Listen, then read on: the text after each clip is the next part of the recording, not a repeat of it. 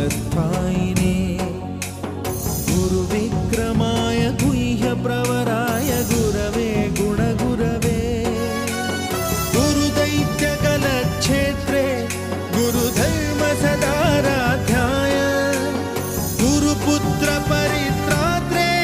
गुरुपाखण्डखण्डकाय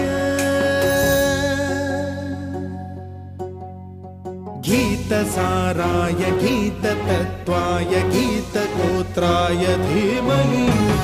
गूढगुल्फाय गन्धमत्ताय गोजयप्रदाय धीमहि